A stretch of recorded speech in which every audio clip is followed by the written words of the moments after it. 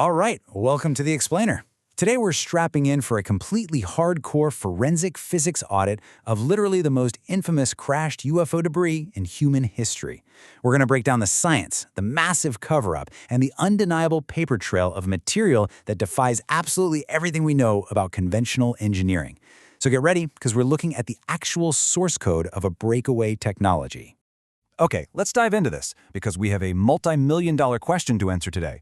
Would the United States military really dedicate half a decade and untold black budget resources to study something they officially, publicly claimed was nothing more than trash? Well, the answer to that question exposes a massive, decades-long cover-up, and you know what? We actually have the receipts to prove it. Section 1. The Industrial Slag Lie. So to understand how we got here, we kind of have to travel back to the late 1990s. There was this legendary radio host named Art Bell and an investigative journalist, Linda Moulton Howe. They were anonymously mailed these mysterious pieces of alleged crashed UFO debris, which quickly became famous as Art's parts. Now, when independent laboratories actually put these strange, tiny pieces of metal under the microscope, the mainstream academic establishment and government debunkers, they didn't even blink. They publicly laughed it off. They dismissed the debris as just quote-unquote industrial slag, claiming it was completely useless, accidental junk left over from a completely mundane terrestrial lead smelting process. But you see, that was just the public myth.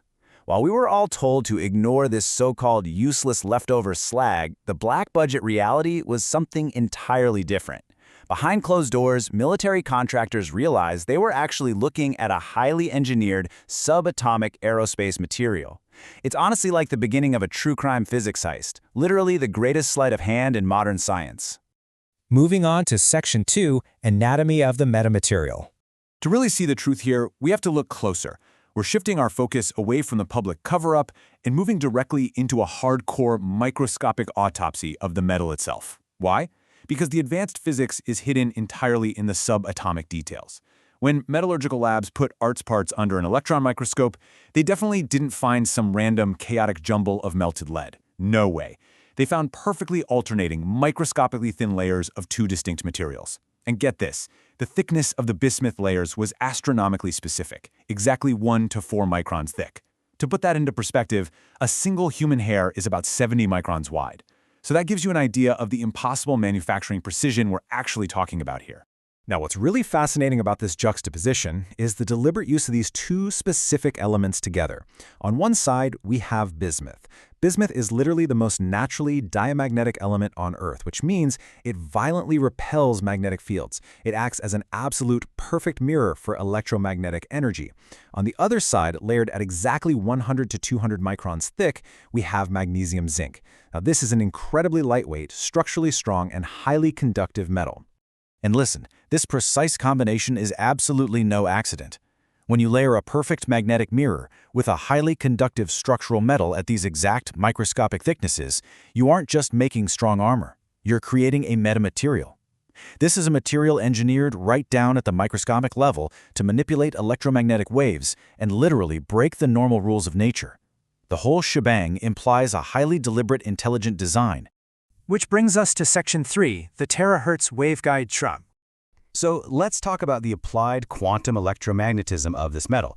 Why on earth would you layer it at those exact sub-wavelength thicknesses? Well, to answer that, we have to look at what this was specifically designed to trap. In physics, the size of an antenna or a waveguide has to exactly match the wavelength of the energy it's trying to manipulate. That crazy 1 to 4 micron thickness of the bismuth layers, it's not some random byproduct of smelting. It corresponds perfectly, and I mean perfectly, to the wavelength of terahertz radiation. That's the highly energetic electromagnetic spectrum sitting right smack in the middle between microwaves and infrared light. Let's actually walk through how this builds into a fully operational system. Step 1. You pump gigawatts of ultra-high-frequency microwaves into the hull. Step 2. The bismuth layers act as flawless mirrors, violently repelling that energy. Step 3. Those microwaves are literally forced to bounce endlessly back and forth perfectly within the conductive magnesium layers, completely unable to leak out. And finally, Step 4.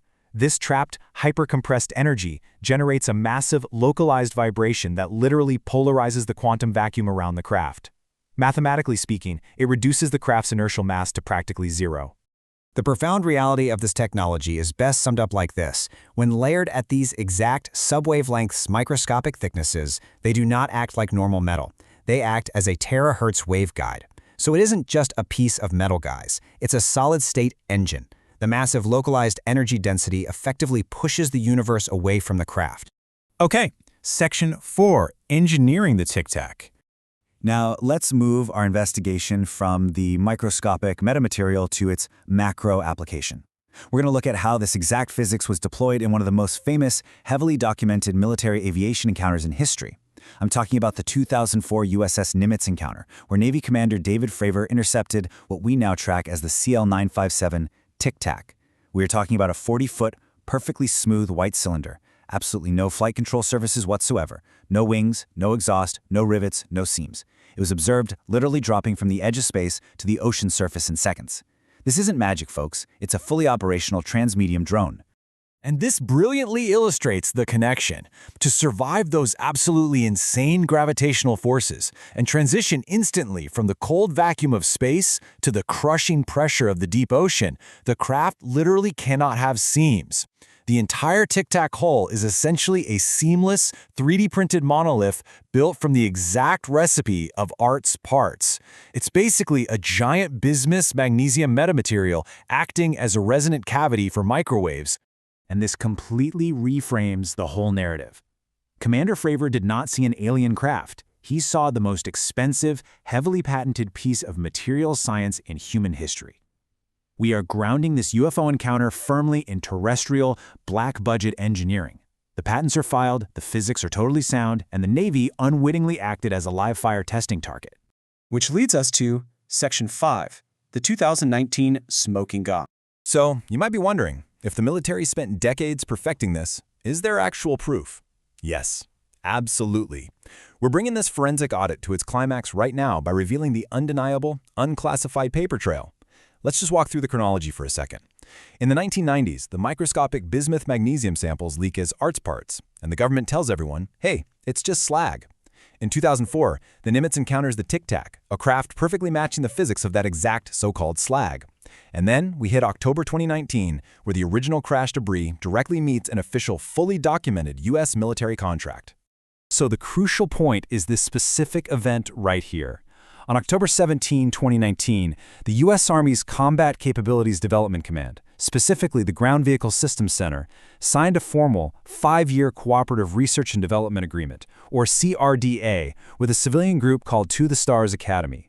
And what exactly did TTSA possess? Well, they had legally acquired those exact famous multi-layered bismuth, magnesium-zinc UFO debris samples. Let's audit the exact contractual language from the Army itself.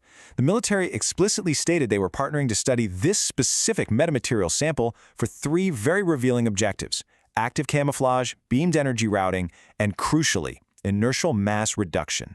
Guys, that is literally the physics of anti-gravity.